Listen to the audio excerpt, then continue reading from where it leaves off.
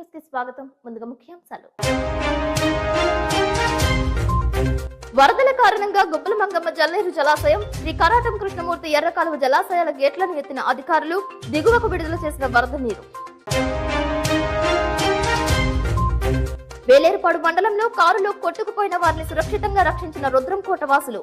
పలు చోట్ల సహాయక చర్యల్లో పాల్గొన్న పోలవరం ఎమ్మెల్యే చిర్రి బాలరాజు. దీనావస్థలో జంగారెడ్డిగూడెం సీతామహాలక్ష్మి వృద్ధుల అనాథాశ్రమం. ఆశ్రమంలో వరద నీరు చేరడంతో సురక్షిత ప్రాంతానికి తరలించిన municipal chairperson Battina Nagalakshmi.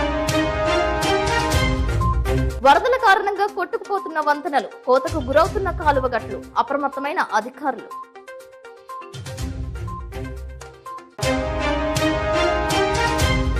Helmet ధారణపై అవగాహన కల్పించిన మండల న్యాయ సేవాధికార సంస్థ.